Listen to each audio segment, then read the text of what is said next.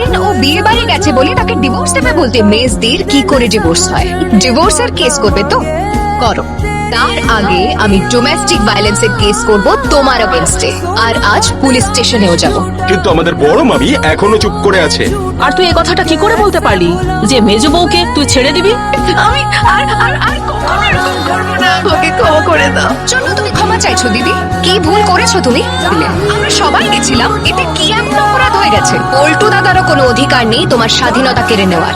এক রাতের জন্য গেছিলাম, মায়ের সঙ্গে গেছিলাম, এখন বরং পুলিশের আসারই অপেক্ষা করো যে এটা ঠিক হয়েছে নাকি ভুল হয়েছে। তুমি আমাকে পুলিশের ভয় দেখাচ্ছ?